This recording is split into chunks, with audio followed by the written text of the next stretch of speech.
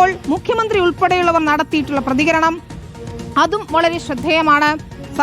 ശബരിമലയിലെ ഈ സ്വർണ്ണ മോഷണത്തിൽ ഗൂഢാലോചന സിദ്ധാന്തം അവതരിപ്പിക്കുകയാണ് മുഖ്യമന്ത്രി പിണറായി വിജയൻ. നേരത്തെ നിയമസഭയിലും ഇതുതന്നെയായിരുന്നു സർക്കാർ നിലപാടെടുത്തത്. ആഗോള അയ്യപ്പ സംഗമത്തെ മറ്റൊരു തലത്തിലെത്തിക്കുവാനാണ് ആരോപണങ്ങൾ ഉന്നയിക്കുന്നത് എന്നതാണ് മുഖ്യമന്ത്രി പറഞ്ഞത്.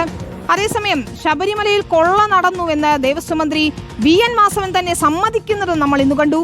സ്വർണ്ണ മോഷണത്തിന് പിന്നിലെ വമ്പൻ സ്രാവുകളെ പുറത്തു കൊണ്ടുവരണമെന്ന് കോൺഗ്രസ് നേതാവ് രമേശ് ചെന്നിത്തലയും ഇന്ന് ആവശ്യപ്പെട്ടിട്ടുണ്ട്. ഏതായാലും രാഷ്ട്രീയ പോരും ഇതിൽ തുടരുകയാണ്. നമ്മൾ നിയമസഭയിൽ വലിയ പോര് കണ്ടു. ഇപ്പോഴിതാ തെരുവിലേക്കും പ്രതിഷേധങ്ങളിലേക്കും പോകുമ്പോൾ നേതാക്കളുടെ പ്രതികരണങ്ങളും വന്നുകൊണ്ടിരിക്കുകയാണ്. രാഷ്ട്രീയ ചൂട് ഏതായാലും അടുത്ത കാലത്തൊന്നും തീരില്ല എന്നും ഉറപ്പാണ്. ശബരിമലയും പരിസരങ്ങളിലും നല്ലതുപോലെ ബന്ധപ്പെട്ടുകൊണ്ടിരിക്കുന്ന ഒരാളാണ് ഈ പോറ്റി എന്നത് ഇപ്പോൾ പലതരത്തിലും വ്യക്തമായിട്ടുണ്ട്. അപ്പോൾ ഏതോ ഒരു ഗൂഢാലോചനയിലൂടെ ആ ഘട്ടത്തിൽ നടക്കുന്ന അയ്യപ്പ സംഗമം, ആഗോള സംഗമം, ആ ആഗോള സംഗമത്തെ മറ്റൊരു തരത്തിലേക്ക് എത്തിക്കുക, അതിനുവേണ്ടിയുള്ള ഒരു ഗൂഢാലോചനയുടെ ഭാഗമായി ഈ പോറ്റിയടക്കം ഇത്തരമൊരു ആരോപണം ഉന്നയിക്കുകയും യഥാർത്ഥത്തിൽ അത്തരമൊരു നിലപാട് ഹൈക്കോടതി എടുത്തപ്പോൾ തന്നെ ഗവൺമെന്റ് ആവശ്യമായ എല്ലാ പിന്തുണയും പ്രഖ്യാപിച്ചത്. ഗവൺമെന്റും ഹൈക്കോടതിയും രണ്ടു ഭാഗത്തല്ല, ഒരേ കാഴ്ചപ്പാടേ ഉള്ളൂ. ഇതിൽ കുറ്റം ആരെങ്കിലും ചെയ്തിട്ടുണ്ടെങ്കിൽ ആ കുറ്റം ചെയ്തവര് നിയമത്തിന്റെ കരങ്ങളിൽ.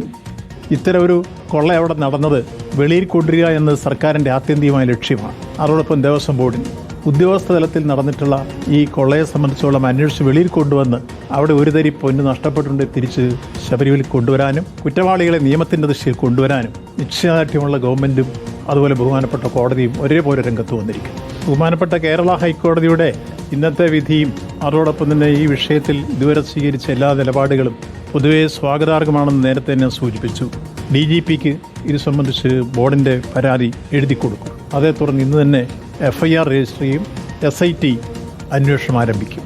ഇവിടെ ഏറ്റവും ഗുരുതരമായ പ്രശ്നം ഹൈക്കോടതിയുടെ ബെഞ്ചിന്റെ അനുവാദം തേടാതെയാണ് ഈ ദ്വാരപാലക ശില്പങ്ങളാണെങ്കിലും വാതിൽപ്പടിയാണെങ്കിലും എല്ലാം ഇവിടെ നിന്ന് ഇളക്കിക്കൊണ്ടുപോയത്. അതാണ് ഞങ്ങൾ ആദ്യം മുതൽ പറയും, ഇതിന്റെ പിന്നിൽ വൻ സ്രാവുകളുണ്ട്. ഇത്രയും സംഭവം ഉണ്ടായിട്ടും ഗവൺമെന്റ് നടപടി എടുക്കാതിരിക്കുന്നത് കുറ്റക്കാരെ സംരക്ഷിക്കാൻ വേണ്ടി മാത്രമാണ്. കേരളത്തിലെ മിക്കവാറും ക്ഷേത്രങ്ങളിൽ ഇപ്പം സ്വർണം കൊണ്ടുപോയി എന്നുള്ള വാർത്തകൾ പുറത്തു വരികയാണ്.